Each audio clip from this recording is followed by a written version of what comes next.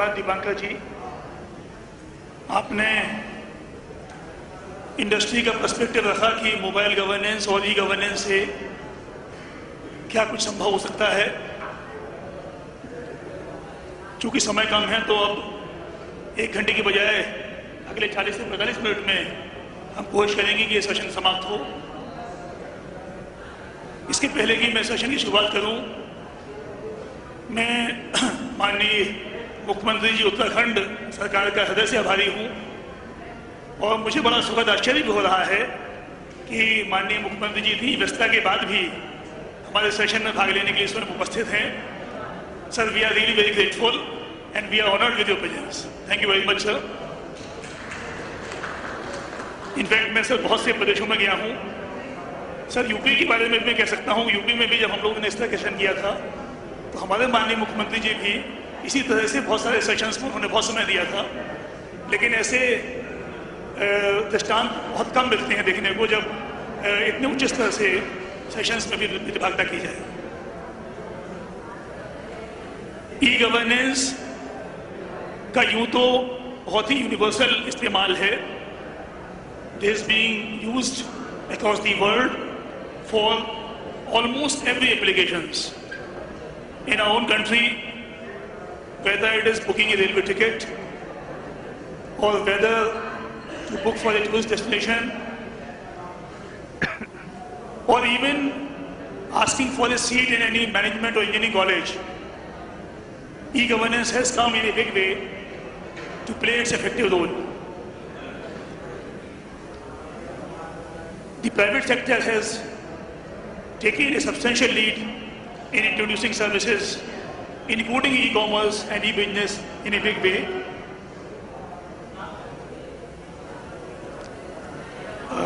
In fact, before I start, I'm sorry, we have one more participant in the session. May I have the privilege to welcome and invite Mr. N.S. Negi, the senior scientist of NIC from Uttarakhand, to kindly join us, and he will also make a presentation on treasuries after some time. So for e-commerce also, in fact, the penetration has been so effective that the traditional business establishments have started feeling threatened by the versatility and by the sheer power and reach of e-commerce. Governments also, particularly in India, have caught up in reaching out to the citizens in a big way. In fact, in the beginning, we were hearing that southern states such as Karnataka, Andhra, Tamil Nadu, and Maharashtra, they have taken big lead in terms of providing services. But let me share with you that states like UP also have done a commendable job in terms of using IT technologies, e-governance solutions to provide effective services to the citizens.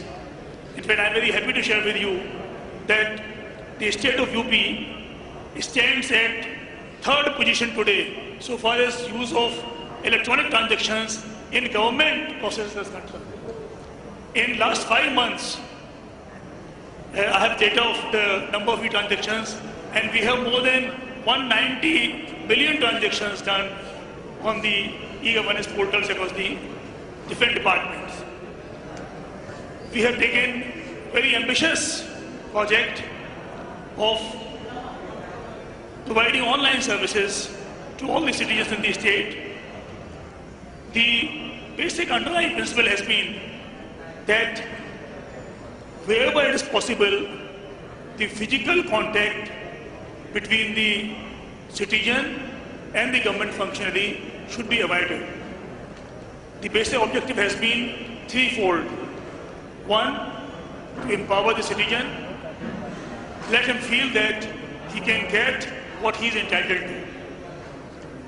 Second aspect is empowering the government also, because unless the government and government institutions are empowered, they cannot provide their services effectively to the people.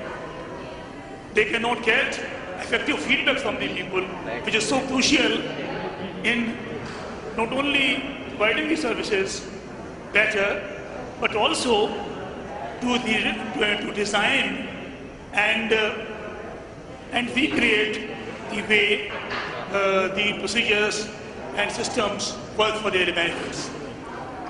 The third aspect has been to increase the overall efficiency of the governance, overall efficiency of the functioning of the government across the board. And for this purpose, the state has identified three key areas. One is to have an effective infrastructure, which would mean having broadband connectivity. The Secretary IT Uttarakhand has already spoken about how the optical fiber network is proceeding further, but in fact in association with the Government of India, the UP government has decided that we are going to implement the new initiative of BharatNet, whereby unlimited connectivity, unlimited bandwidth would be made available on demand to the industry, to the business, and even the bandwidth to the extent of 10 GB to 20 GB would be available to each and every household. That is the kind of network that we are planning, because unless you have an effective infrastructure, unless you have a good broadband connectivity up to the village level, up to the individual citizen level, you can have most wonderful softwares and programs, you can have most wonderful packages, but you will not be able to reach out to them. It's like saying that you will provide Mercedes cars to everyone in the country without providing any roads to them. So our aim has been to provide very good broadband connectivity, and we are working in that direction very effectively.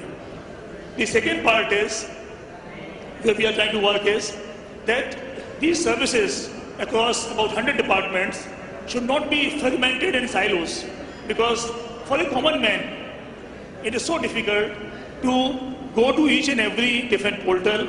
In fact, before going even to remember which portals provide what kind of service is so difficult. So a single stop, one-stop solutions, a one-roof solution under one roof has been provided, where we have a UP online portal, and whatever services from whichever organizations, be it municipal corporation, be it development authority, be it excise department, water supply, sanitation, health, education, all these services would be under one umbrella, and people would not have to go to different departments and different portals to avail of these services. The third aspect on which we are working is that while the internet penetration is on increase, but even in a state like UP, all over the country as we have seen, the internet penetration is less than 20% users. In UP it will be little less. Now, in order to address that problem, while on one hand we are creating infrastructure up to the village level in form of common service centers, common facility centers, whereby people can come and use these services, we are also working how to improve upon the mobile governance and mobile e-governance. Since more than 80% of the mobiles available with the people are not smartphones, there is an intent in next 5 years also, the penetration of smartphones would not be more than 35 to 40%. We have to perhaps plan for e-governance solutions across non-smart phones also. So the technologies, some technologies are already available, and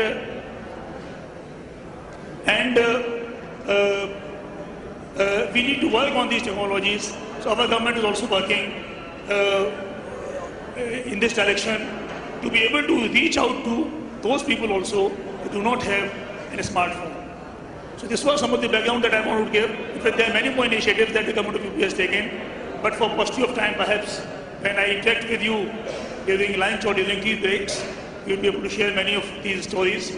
But then we have 4 of our colleagues from Uttarakhand government, and they have done a lot of good work in terms of e-governance and providing solutions to the people. Without much introduction, let me first welcome Mr. Shahid, who is a Secretary in the Department of Swaraj, Bhashtachar Unmulan and Jan Seva.